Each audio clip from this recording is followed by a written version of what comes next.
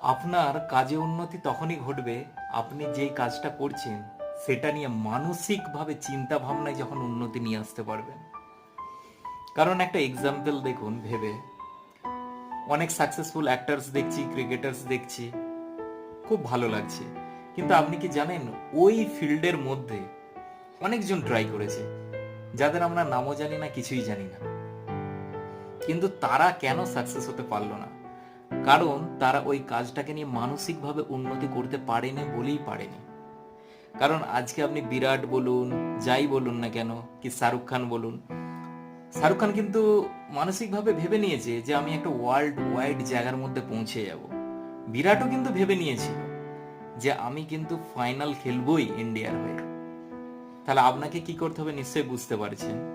আর এই পেজটিকে follow subscribe করে রাখুন, ডেলি নতুন নতুন কনসেপ্ট পাবেন।